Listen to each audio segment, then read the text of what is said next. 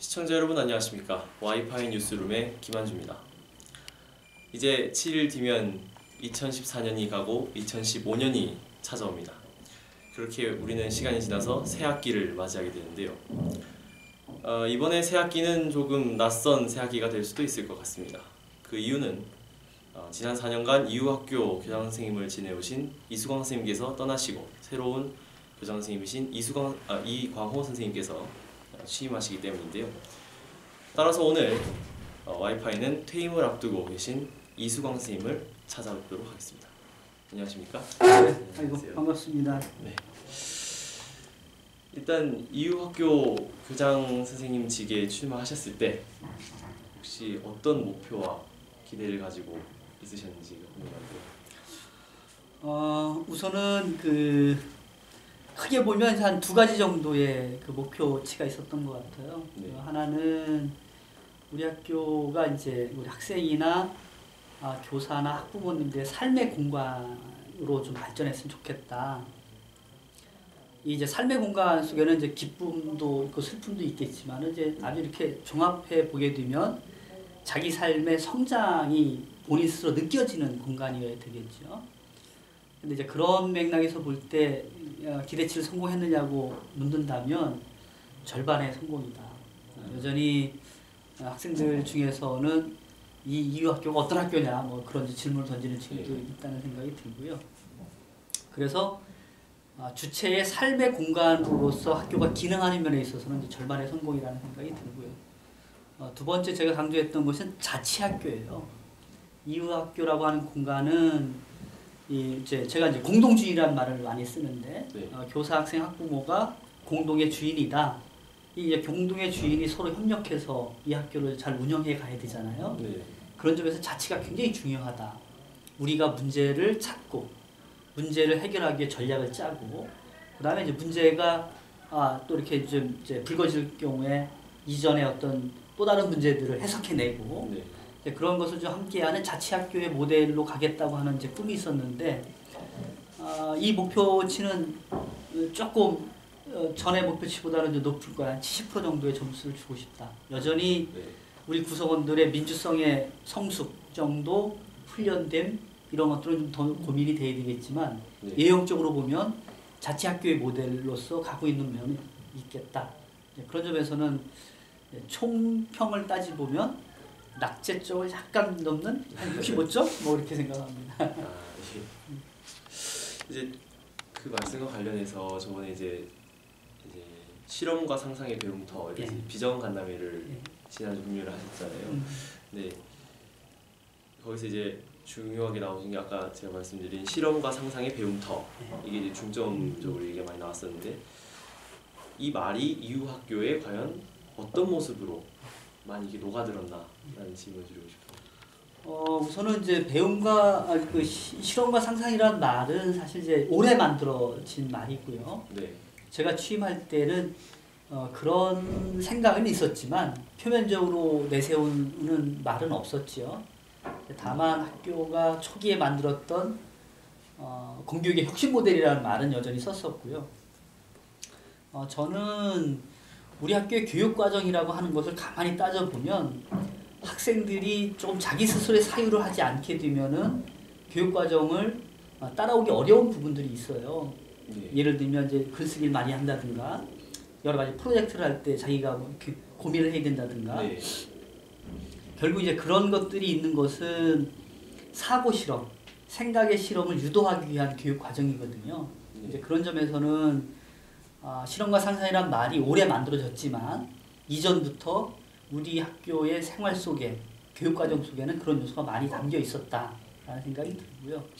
다만 이런 말을 새롭게 한다는 이야기는 기존에 있던 사고 실험을 하고 상상력을 발휘하고 하는 그러한 요소들을 훨씬 질적 수준을 높여야 되겠다는 생각을 하는 거죠.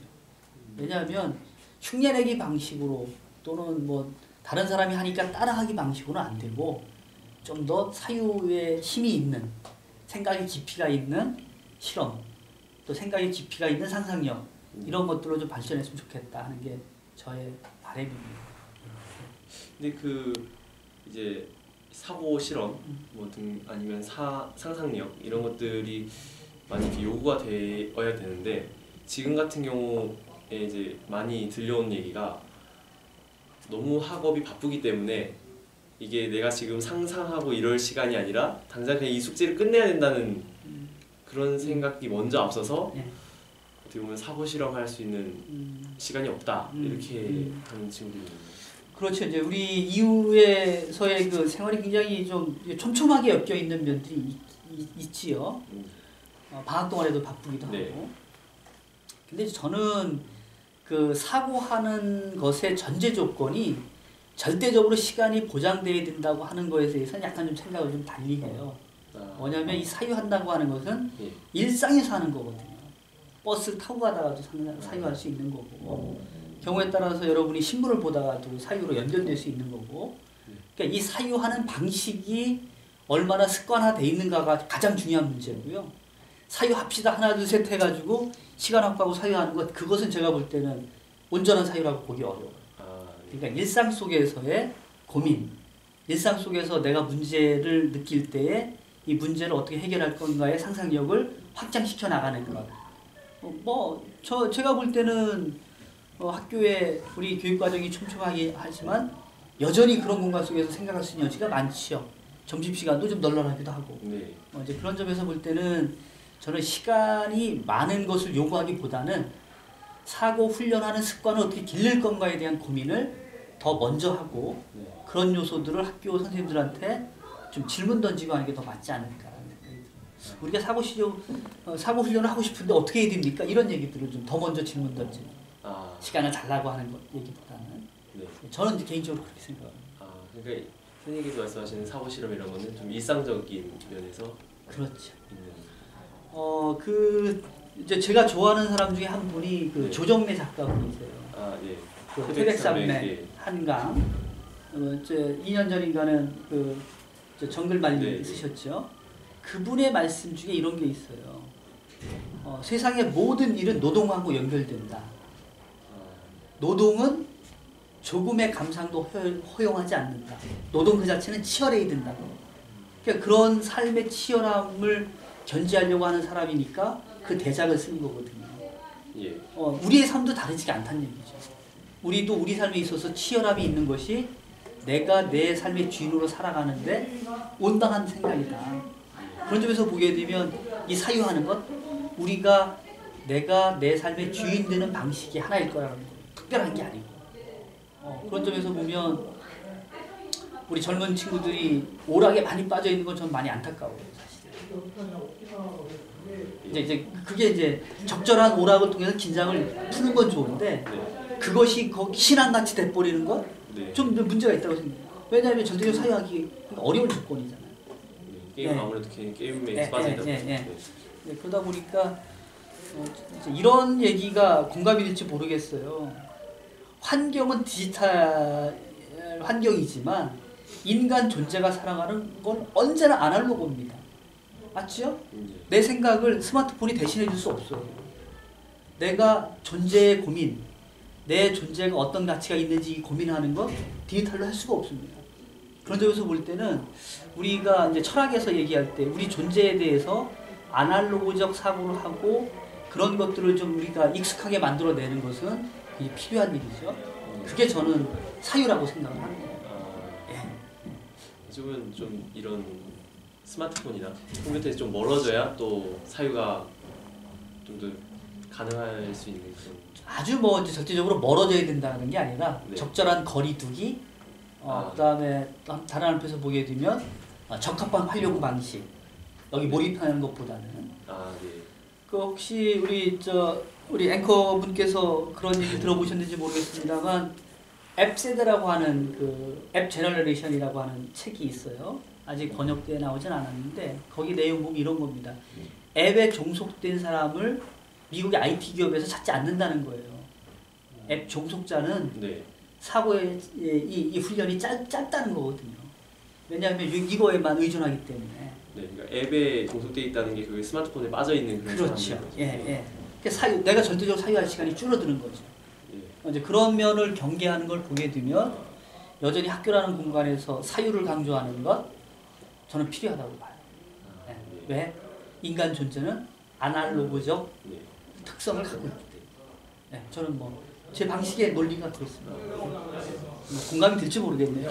아니 저도 어느 부분은 사실 그래야 된다고 생각을 하는데 네. 제가 그러지 못하는 것 같아서 네. 그게 좀 안타까운 건데 그 제 개인적인 경험으로 여기 학교에 그러니까 저는 이제 일반 중학교에 있다가 여기 고등학교 왔는데 아무래도 일반 중학교에서는 제 생각, 그러니까 제 삶에 대한 생각을 한 번도 해본 적이 없었는데 여기 와서 많이 자존감이라는 얘기를 많이 들어보고 예, 그렇게 생각하고 선생님 말씀에 어느 정도 공감하는 거 1년 전쯤에 그 졸업식 전에 네. 어느 여학생이 저를 찾아와서 했던 말이 저는 지금도 가슴이 뜨거워요. 어떤 말이었냐면 학교가 너무 고맙다. 네. 이 학교가 너무 고맙다는 얘기를 하면 왜 고맙냐고 물으니까 그렇게 얘기를 해요. 자기 자신의 존재를 값어치 있게 만드는 생각들을 하게 됐다. 굉장히 중요한 말이죠. 자기 자신의 가치를 좀 더 값있게 만들려고 고민하는 기회를 가졌다고 하는 것은 영어 점수 100점 맞고 수학 점수 50점 더 맞는 것보다 훨씬 더 중요한 거죠. 우리 삶에 있어서. 예. 그래서 저는 그 학생이 그 얘기를 할 때 가슴이 막 뜨거워지더라고요.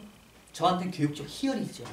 아, 내가 직접적으로 뭔가 한 건 아니지만 내가 몸담고 있는 학교의 학생이 그런 생각을 했다면 야, 이건 교육적으로 좀 내가 어떤 기여마가 있나 이런 생각이 드는 거예요. 이제 그런 점에서는 아마 우리 앵커 분께서도 이제 그런 언어들을 이렇게 듣다 보면 알게 모르게 나를 생각하는 기회가 있었지 않을까라는 네. 생각이 듭니다. 예. 이제 그렇게 이제 이 학교 어떤 학생이 어떻게 보면 변화할 수 있는 기회를 많이 마련해주고 이렇게 하셨는데 이 이후 학교가 이렇게 이제 변화하는 과정에서 좀 더 아까 말씀대로 좀 더 뭐 그걸 좀 연관해서 가장 뜻깊고 선생님께서 생각하신 가장 자랑스러웠던 혹시 기억이 있으신지? 우선 개인적으로는 매일 아침에 학교에 오는 길이 저한테 굉장히 찬란한 시간들이었어요.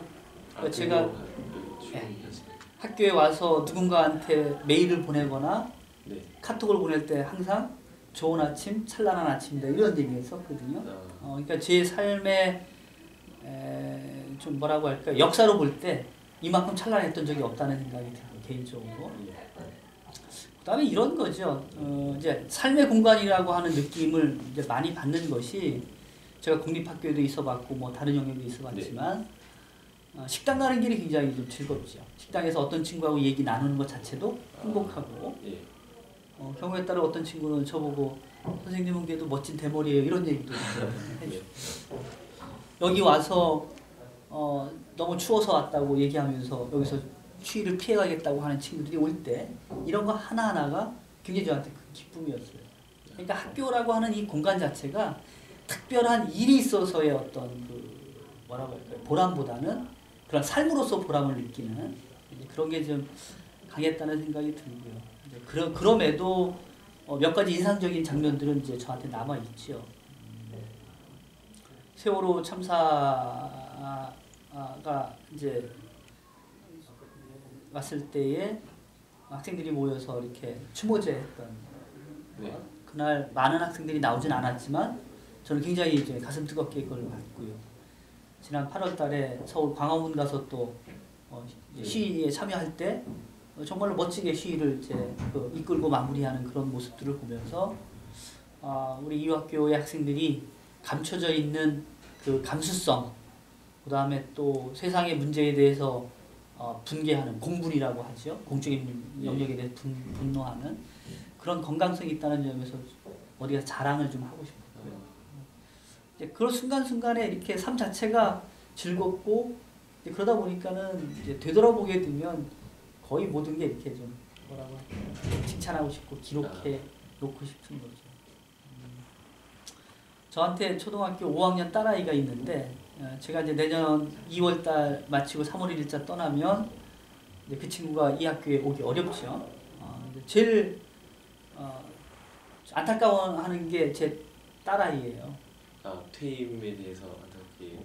이제 퇴임이 아니라 이제 본인이 이 학교에 학생으로 오기 어렵다고 하는 그 사실을 받아들이는 게 이 얘기 뭐냐면 그 학생이 그 어린 아이에게도 아빠가 있던 학교가 참 좋은 학교로 비춰졌다는 거거든요. 그 정도 되면 이 학교 어디가 자랑할 만하지 않을까 뭐 그런 생각을 이제 퇴임 말씀을 하셨는데 향후 계획은 어떻게 되시는지. 글쎄요, 뭐 여기서 그 바로 좀 뭐 이렇게 정확하게 나 이리로 갑니다 이렇게 얘기를 드릴 수 있으면 참 좋겠는데 아직 확정된 거는 아니고요. 네. 조만간에 이제 확정이 될 텐데 좀 이제 그 동안에 제가 그 학교에서 했던 10년 동안 이 학교에서 했던 어떤 이 교육 활동을 이론으로 정리하고 그런 이론이 다른 사람들한테 읽혀서 이런 학교가 또 확산이 되고 그런 일들을 하는 좀 역할을 하고 싶어요. 그래서 이제 그런 연구기관 쪽으로 좀 자리를 이동하지 않을까 생각을 합니다. 오늘 인터뷰가 되게 좀 짧지만 좀 의미 있었던 시간이었던 것 같고요. 뭐 그렇게 생각해 주시면 제가 더 감사하고요. 네, 선생님을 뵙게 돼서 너무 영광이었습니다. 뭐 이 방에 자주 와서 있는데 우리 네. 앵커 선생님은 뉴스하러 처음 오셨나요? 네. 사실 그 중학교 때나 초등학교 때나 이 교장실이라는 게 그냥 어떤 권위주의 때문인지 모르겠는데 되게 무서운 곳이었거든요, 저한테는. 그래서 거기에 뭐 교무실이나 교무국장실에 간다는 건 잘못한 사람만이 간다 이런 생각을 많이 가지고 있었는데 여기 와서 선생님께서 그 교장실에서 근무하고 있는 이수광입니다라고 소개하셨을 때 되게 충격이었거든요, 처음에 사실. 그게 맞을 것 같아요. 교사 여러 명의 선생님 중에 네. 나는 교장실에서 해야 될 역할을 하고 있는 것 뿐이라고 이제 저 스스로를 정의 내리는 거예요. 제가 우리 지금 고등학교 3학년 친구들 중에 여기 와서 커피 많이 가져간 친구들이 있거든요. 저는 그런 친구들 너무 좋아요. 저를 만만하게 본다는 건데 네. 이 만만함이 관계의 긴장을 낮추는 거거든요. 만만함이 있어야 서로가 마음을 터놓을 수 있는 거예요. 그래서 저는 우리 학교뿐만 아니라 다른 공립학교도 학교가 좀 더 변화하려고 하면 여러 가지 요소가 변해야 되겠지만 첫 번째 교장이 만만한 교장이어야 돼요. 누가 올 때에 부담이 없는 거. 이게 괜히 이렇게 저기 가면 좀 무섭지 않나 이런 마음에 문턱이 없는 공간으로 되게 되면 교장실은 플랫폼이 되죠. 누구나 와서 이야기하고 또 어려운 얘기 있으면 찾아와서 좀 도와달라고 합니다. 그런 것이 아까 이제 처음에 말씀드렸던 삶의 공간으로서 학교로 가는 방식이다 이렇게 봅니다. 뭐 지금 중학교 친구들은 제 방에는 많이 못 왔는데 그래도 고등학교 친구들이 이렇게 좀 뭐 찾아오고 그래서 저는 그런 걸로 힘을 얻고 그랬어요. 학생들이 안 오면 여기 교장은요 혼자 고립무원이야. 그래서 그렇게 두면 안 돼요. 자주 찾아오시고 좀 만만한 교장이 되도록 요청을 하세요. 네. 예. 알겠습니다. 혹시 마지막으로 학생들에게 하고 싶으신 말씀 있으실까요? 제가 간혹 우리 친구들한테 하는 얘기 중에 뭐 한마디 이런 게 있습니다. 하루아침에 성공하는 법 없고요. 하루아침에 망하는 법 없습니다. 그건 수사예요. 수사법이죠. 어느 기업하던 사람이 하루아침에 망했다고 했는데 절대 그렇지 않고요. 누적된 결과로 성공되는 거고 누적된 결과로 망하는 겁니다. 제가 이 말씀 왜 드리냐? 우리가 우리 삶을 살아갈 때에 삶의 주인이 된다는 것은 자기 삶의 성실성을 유지하는 거예요. 우리가 얼마 산다고 그렇게 대충 살면 안 되잖아요. 그렇죠. 내 삶의 성실성을 유지하는 것, 그러려고 하면 누적의 과정을 잘 만들어내는 게 중요합니다. 그래서 삶을 아침에 눈 썼을 때 이 삶을 좀 소중하게 생각하는 그런 게 있었으면 좋겠어요. 이상입니다. 오늘 말씀 너무 잘 들었습니다. 네, 고맙습니다. 감사합니다. 네, 고맙습니다.